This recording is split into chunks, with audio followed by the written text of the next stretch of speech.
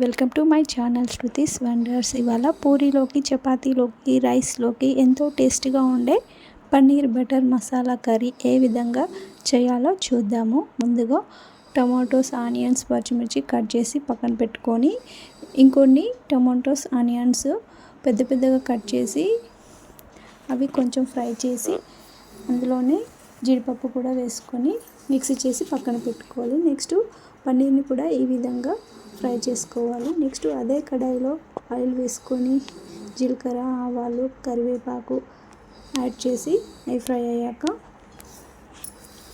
Onions ముక్కలు వేసుకోవాలి. మధ్యలో కలుపుకుంటూ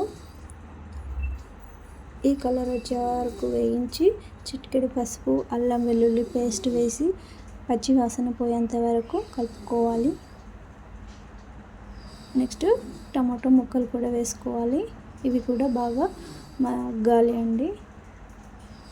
ఇవి మగ్గాక టేస్ట్కి సరిపడా సాల్ట్, కారం, ధనియాల పౌడర్, గరం మసాలా యాడ్ చేసి బాగా కలుపుకోవాలి.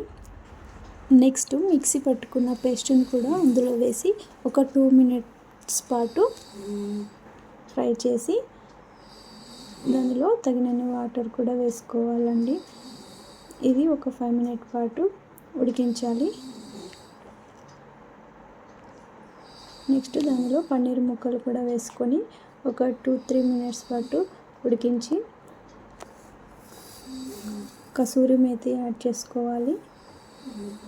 కొత్తిమీర కూడా వేసుకొని ఒకసారి ఇదంతా బాగా కలిపి బటర్ని కూడా వేసుకోవచ్చండి. అంతే అండి, ఎంతో టేస్టీగా ఉండే paneer butter masala curry ready అండి.